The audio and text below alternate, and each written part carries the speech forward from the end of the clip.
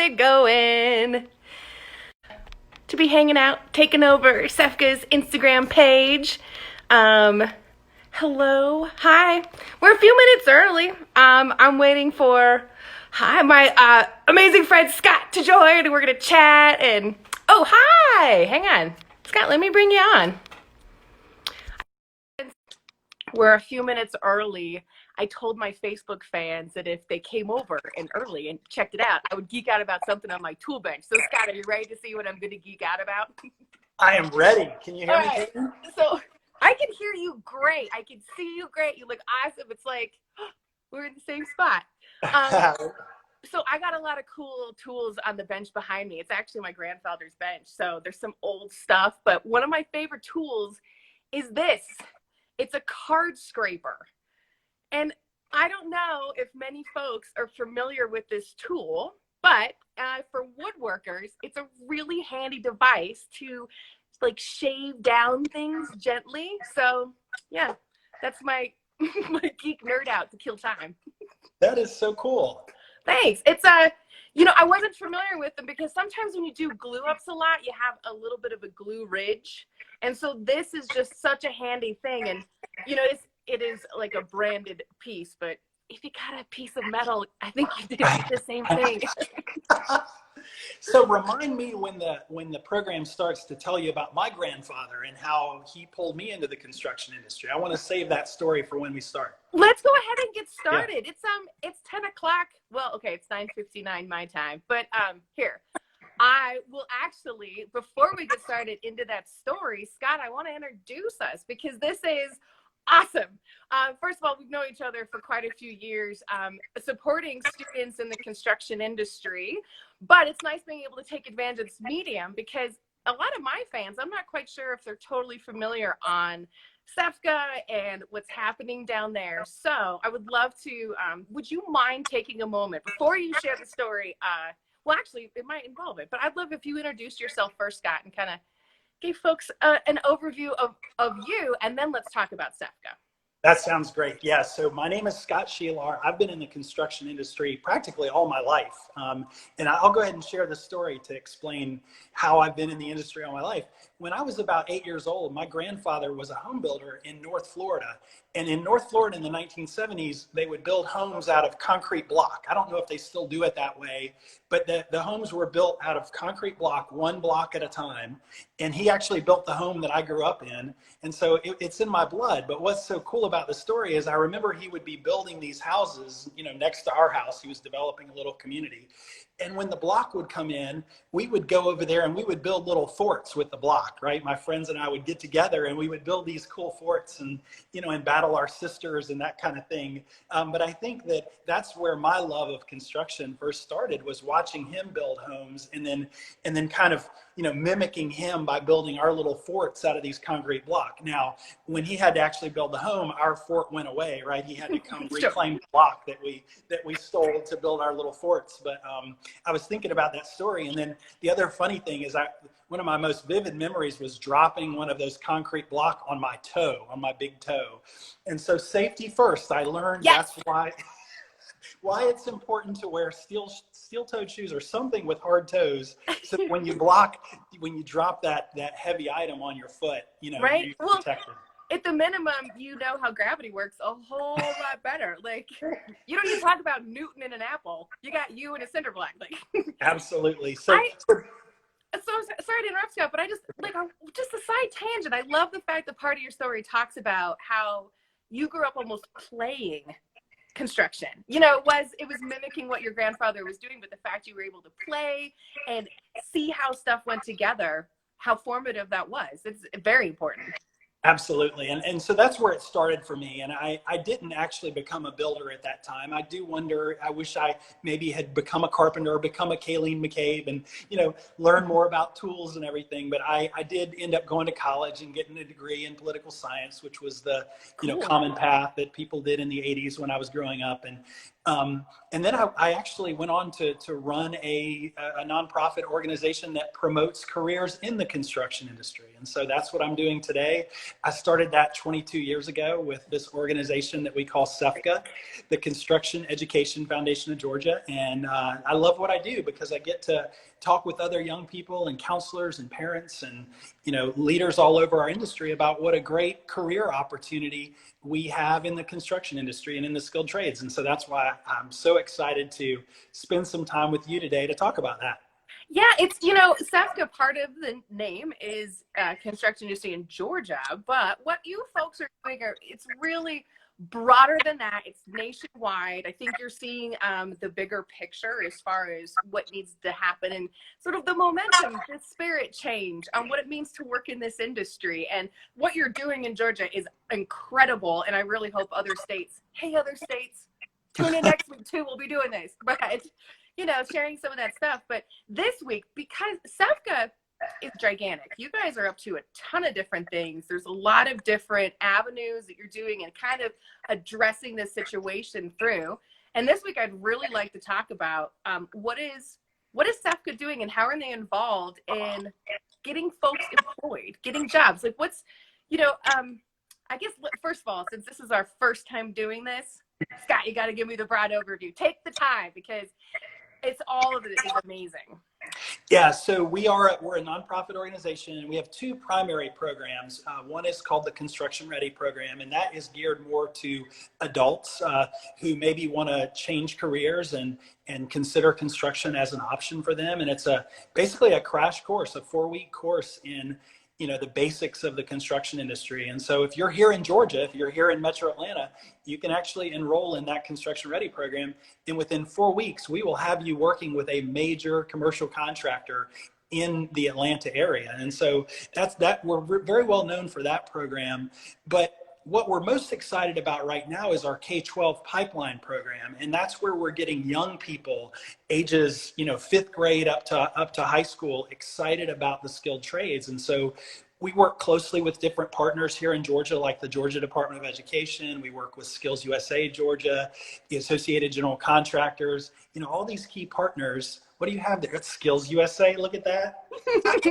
That's awesome. We love Skills USA Georgia has been our best partners, since I started 22 years ago. So, but yeah, so we're working on getting young people excited about the industry and then helping them get the skills and the training and the credentials that they need to pursue a career in our industry. And so one of the ways we do that is we work closely with high school construction programs.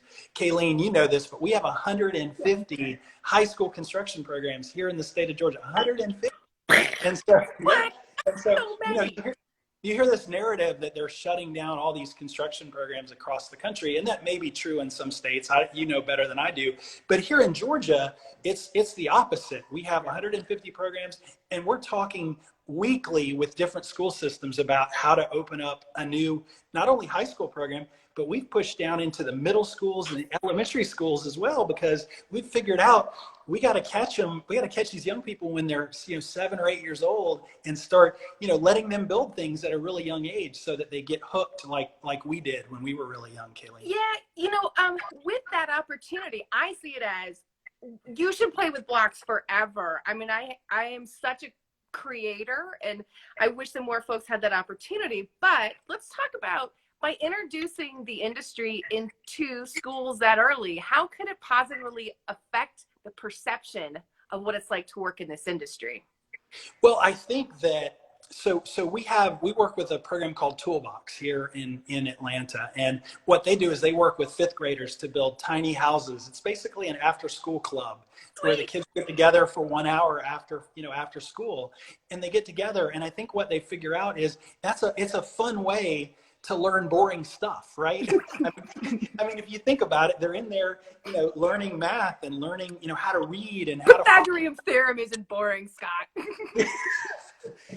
And so that's, to me, that's what's one of the things that's most exciting about this is the kids are learning and they're enjoying it, and it's almost like they don't even know they're learning because they're having so much fun doing it. And that's what we at least see with the with the young people that we work with. So, and then the other cool thing is the parents see that. They see little Johnny or little Susie or little Kayleen getting excited about what they're doing at school, and it's like, wow, what is this about? And so they want to know more, and we help them learn. So if a parent is watching this and wants their child to have the opportunity to participate in a program like this, how do they go about researching that? Well, start poking around in your own school district a little bit, right? I mean, you can find out, is there a high school construction program in your school district? Is there a middle school program? Is there an elementary club? And if there's not, start asking, how do we set one up? Because like I said, every week we're hearing from different school systems that want to set up new programs. And so if you don't have a program in your system and you're a parent and you start asking the school leadership, that will drive change. And the school leadership will start saying, we don't have one, but we can set one up. And then that's where SEPCA comes in, is we'll come in and actually work with these school systems to set up a toolbox program or set up a middle school or a high school program. So that's where we come in. I just have a question from one of our viewers asking about, does Toolbox have an Instagram account? Do you know? I don't think they do, and I need to talk with them about that. Hashtag they will soon. They will soon. Exactly. Yeah, but Toolbox, it's something. I'm not even certain that they have a website, but definitely we'll keep an eye out. I'm going to talk with them and we'll get something set up. No, that's great. Because, oh man, I just wish that I could have had the opportunity as a student to be encouraged to learn these skills in more of a focused environment. I was always taking apart the clock. Oh, sorry. It's me. I keep touching my phone. I'm better at power tools than technology sometimes.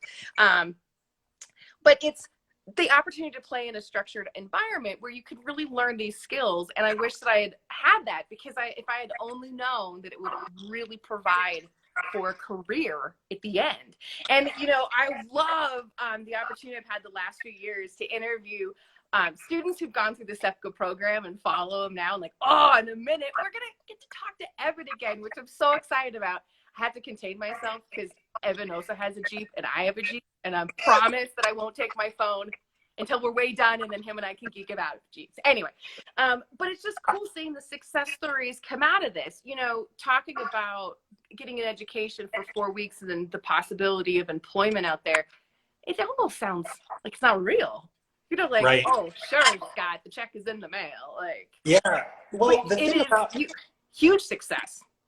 It is, and this, so much of construction is learned on the job. And so, that's the key here, is you have to get the basic skills and the basic knowledge and get your foot in the door with a construction company, and then they'll take you under their wing. And there are people on that site who are going to teach you a lot right there on the job. And the cool thing is you're learning and you're earning at the same time, right? You're earning a paycheck, but you're learning and you're growing through things like apprenticeship programs and on-the-job training and that sort of thing.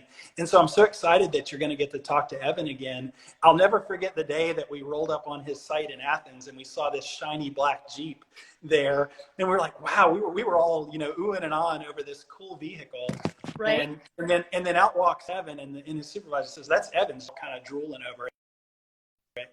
So I'll never forget that day. And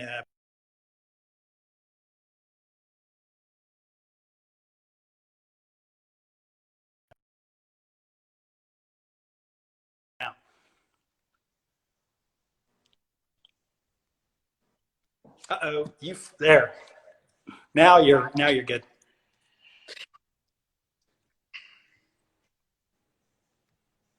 Yeah, can you hear me?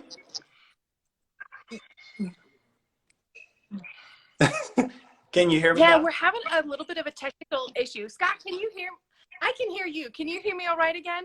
Yes, you're good now. All right. We just had some sort of lag with the internet, so sorry. Yeah, we're getting there. But no, it is amazing to look at. When you pull into a parking lot and you see all these fancy cars and you're like, well, that has to be a superintendent. And no, it was just amazing. And again, we'll talk in a minute about that. But so can you share any like things that SEFCA's up to now, you know, like what you folks are into? Because I also want to encourage folks need to check out sefca.org for more information. But let's talk about what's new and what's happening. Yeah, so we have been putting a lot of attention, as you might imagine, into virtual learning in this environment, right? And so figuring out what can we, you know, you can't necessarily teach somebody how to swing a hammer through the computer, you know, that's kind of hard, but there are things you can do. And so we focused on OSHA 10-hour training, for example. We figured out how to deliver OSHA 10-hour virtually, and we're delivering that credential to students here in Georgia across the state. In fact, if you're listening and you're a student and you want to earn the OSHA 10-hour, go to sefca.org and we'll help you earn that credential for free. No charge at all. Everybody needs that. Everybody. Yeah. Even if you're not working in the construction industry, every single person needs that. The most amount of injuries are from students coming into the workforce. That course, I have my OSHA 10. I recently took it online too. Yeah. I didn't know some of these things that I should have known, and everybody has to take it. So Scott, that is brilliant that students are coming out with that credentialing and knowledge. Absolutely. Yeah. And so that's where we've really, you know, focused our efforts here lately is how do we connect with students and parents and teachers virtually? You know, obviously because of the situation we're in as a country, but we figured out that if we can figure that out, we'll be a lot more efficient at connecting with people, right? You know, leveraging this technology to connect. So that's the newest and latest and greatest. And we're excited about the early, you know, results. I mean, here we are talking, you're sitting in Colorado, I'm sitting in Atlanta, and you know, we're talking about careers in construction. So this is awesome. Yeah, it's awesome. And we have folks from Alabama in the house. We have folks from Texas in the house. We have folks from all over. So this is amazing because it really, this is information that is important nationally. While SEFCA, you know, you folks are really focused there. All of it is good. So, this is amazing.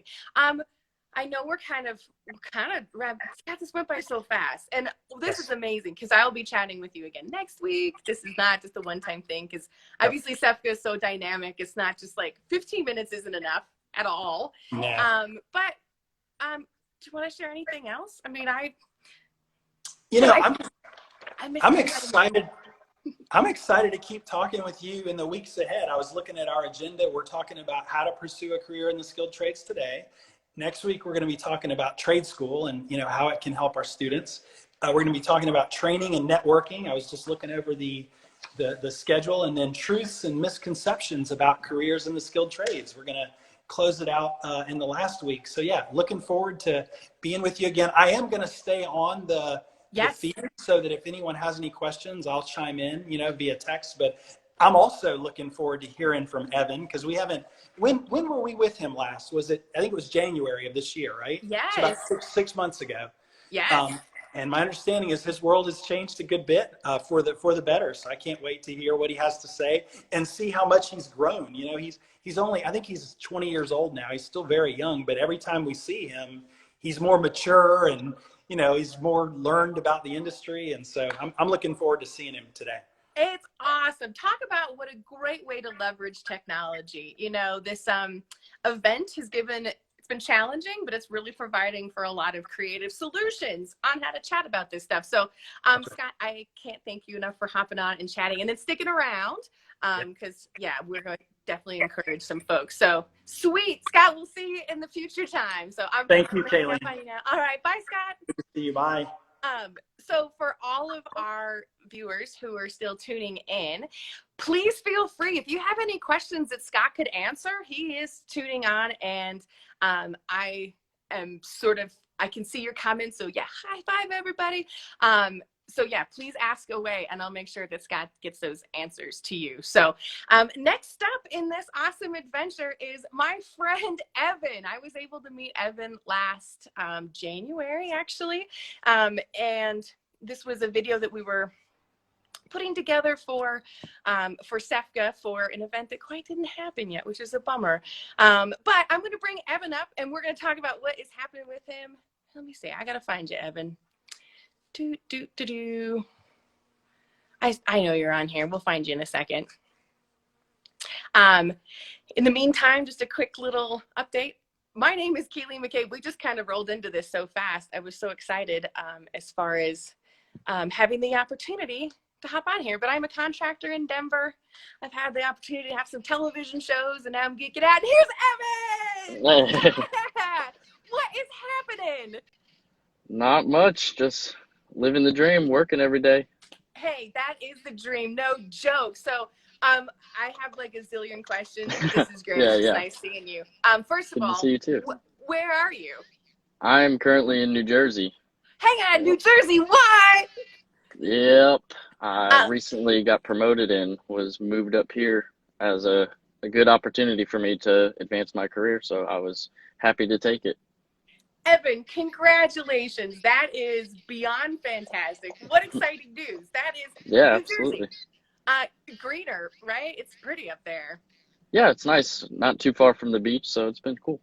Nice, very nice. I'm going to have to hook you up with the Skills USA folks up that way too, because New Jersey is awesome, and they would Yeah, love absolutely. your input. Yeah. Hey, promotion, Evan. Gosh, that is really exciting, because last time I saw you, you were in Georgia as you were, what was your role? You were a foreman of sorts, correct? I was a labor foreman. Yeah, I was a labor foreman in Athens, Georgia, on one of our projects. And who were you with in Athens? I was with Holder as well. Still with Holder now. Amazing. So yep. Holder kept you on, promoted you, and now you're in a totally different state. Yep. It wasn't where I was expecting to be when I was 20 years old, but I'm excited for it. I love it. So Evan, talk to me, because I know the story, but a lot of our viewers don't. So how did you get interested in doing construction to begin with? So while I was in high school, I had taken our construction class as one of our electives. You got to pick them, and I thought construction would be cool. I like building things. I like, working with my hands and whatnot. So this was kind of the intro to get to a little bit of taste of that. And then our teacher there, he actually introduced us to the industry as a whole later down the road. That's awesome. So you, by choice, wanted to check out construction, because I do meet some students who are like, oh, I had to take an elective class, and it turned out I liked it. But you actually had an aptitude for it. Yeah, I wouldn't say I had thought about a career in it before taking the class or anything, but it definitely changed my opinion and viewpoint on them. What was class like? So there's like 3 different levels of the class. So you would take this level one semester, and then you'd move on as you go throughout your career in school. But you kind of first start off as just learning the basics, safety, of course, and then later down the road in the more advanced classes, it was a lot of carpentry, which was neat. But in the early stages of the classes, we got to learn about all the different parts of the industry. We got to experience electrical work, welding. We got to do all that sort of stuff, which was cool.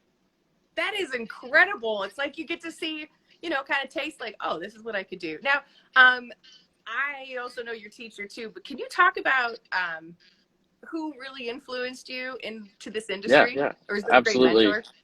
So Jeremy Whitaker was my teacher for all 3 levels of the classes, and the reason why I am where I am today, because even on the first day of class, he's not shy about showing you the different opportunities that are out there for you in the construction industry, outside of the construction industry. He just wants people to be able to find what they're passionate about and have a successful career in that. And so by showing us the different opportunities in the industry, it was really cool. And he instilled the different aspects of a hard worker into us, as in like your work ethic, your accountability, showing up on time, accounting points off your grade if you were late, you were absent, all that.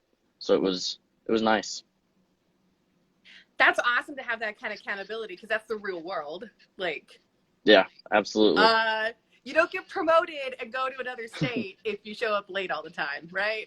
Yep. That's like one of the big things I've noticed is if you're willing to show up on time every day, be reliable, show that you're willing to learn, companies will help you get to where you need to be job wise. They'll help you with training, all that sort of stuff. They just need the core aspects, and they'll help you build up the rest.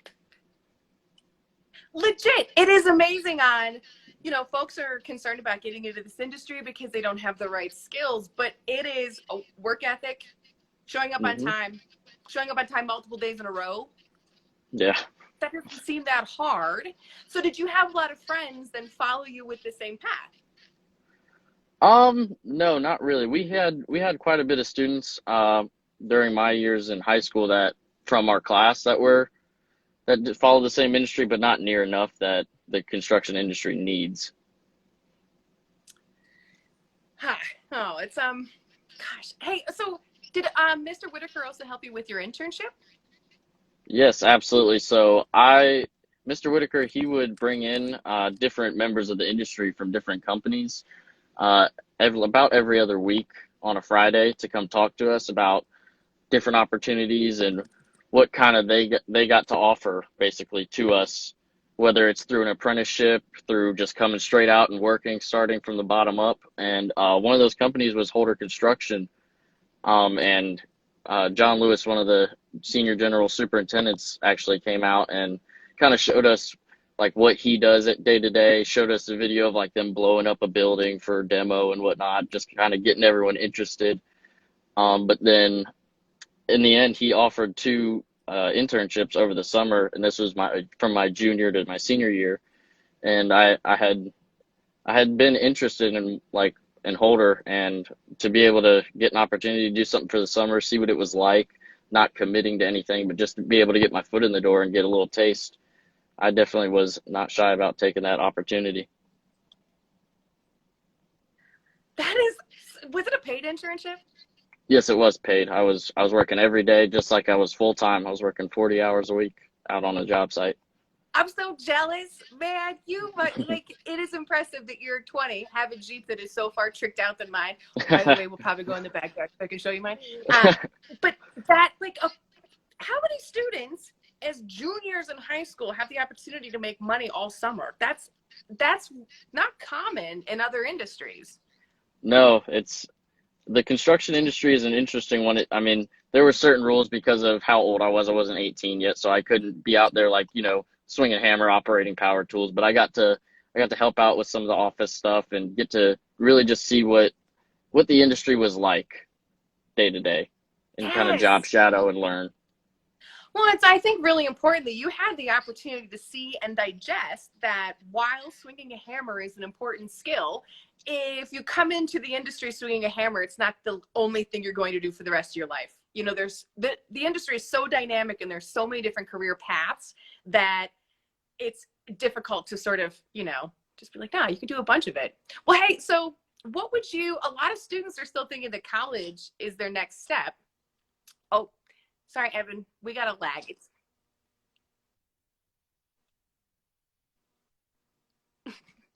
Now we play freeze frame for a second. All right.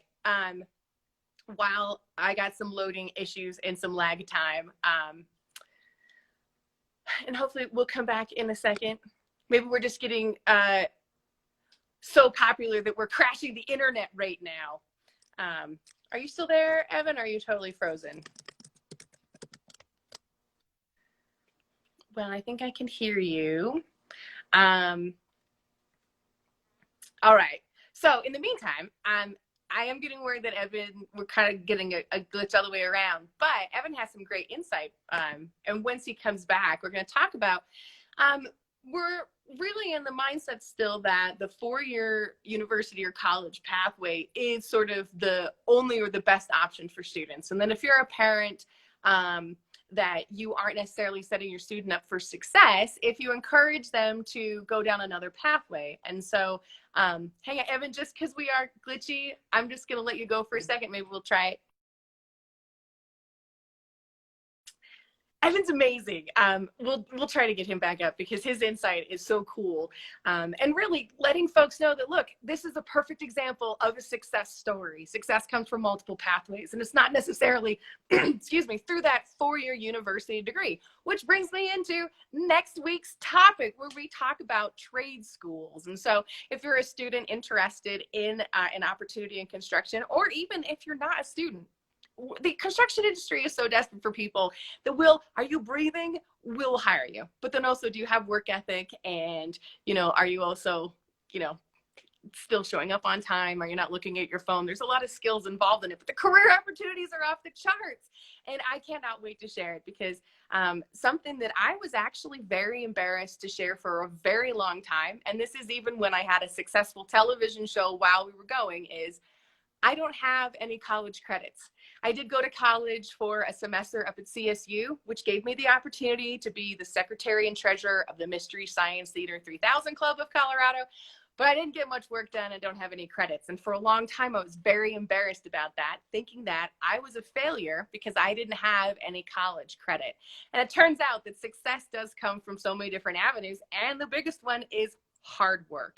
And so Evan is the best example of that. I'm not sure if we did get through a lot of it, but he's been promoted and he's now in another state working. And I actually had a bunch of questions for Evan. I was able to see his answers, and he was considered an essential worker. He is an essential worker. And so during this event that we've been going through the last few months, Evan has been employed, which is incredible when you think about the fact that this is a young man who in high school had a full-time job during the summer and was making an income, not just an income that was, to pay the bills, but this is something where he could see the growth potential and was actually putting in foundation work on a career. So these are amazing opportunities. And, hey, Instagram is around forever. I'm sure we'll have him back on. So next week, I cannot wait for you all to tune in, where Scott and I again chat about the amazing things that SEFCA is up to. And then also we discuss about what trade schools can do for you. And I get to actually interview, I believe, an amazing teacher. And I cannot wait about this. So let's see, I'm just going to make sure that I thought that I didn't see any questions from anybody. And I still have time and I'm having a good time. So I'm going to see if I can get Evan to come back on and we geek out some more. Let's see. It's amazing that we can do this anyway. I remember being in 3rd grade and a teacher told me that someday we would all video chat with each other. And I'm like, that's the stupidest thing I've ever heard. And now that's all we do. Evan, you're back. Can you see me? At least Evan's face froze at a really polite expression. Yeah, there you are again. Hey. Oh, good. Very good. Hey, I kind of did go on a tangent about college and stuff, but one of the things that I had asked you, talking about what should we talk to students about going to college and the investment that they have to make and then sort of the career opportunities at the long run. Can you explain your point of view on that? Yeah, so my experience was I'm kind of one of those people that learns better with the hands-on experience, being out and doing something. Like, show me it once and I'll be able to do it as you go. So for me, I thought that college, it would have been I would have been okay with it, but this I feel like was the better option for me, to where as right now I'm in a position with 2 years of work experience, to where I'm in a job position.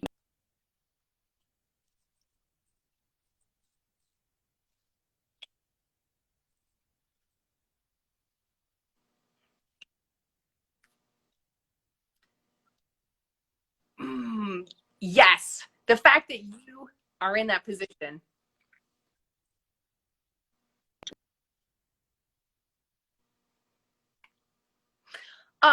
It's like we're ordering food from a sad drive-through.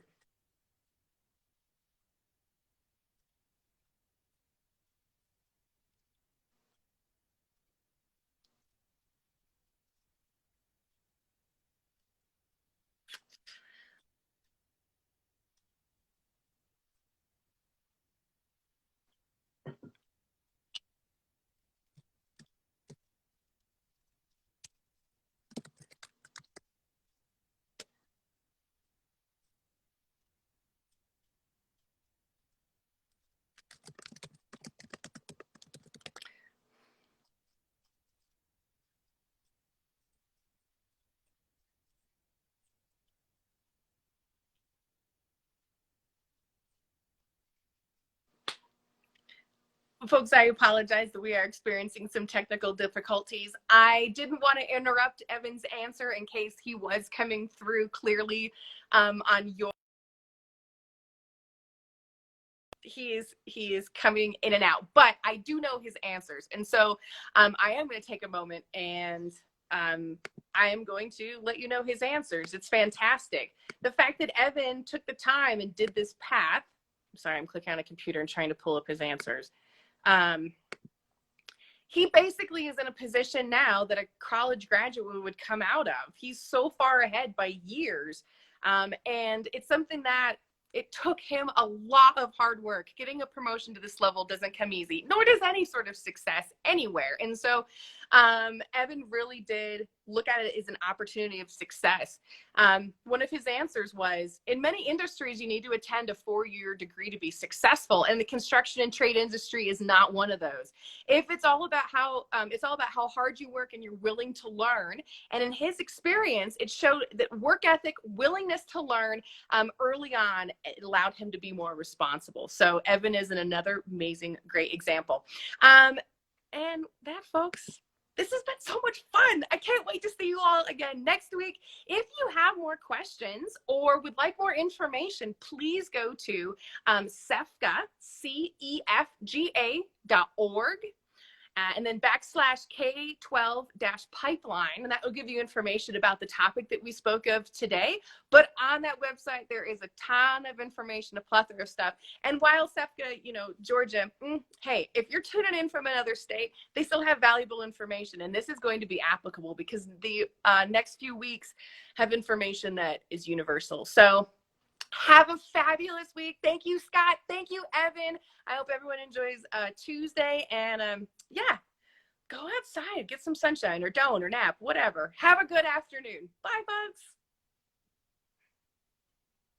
Yeah, trade schools is next week. I'm so excited. I gotta figure out how to hang up now. This is that awkward part. Ooh. Bye, friends.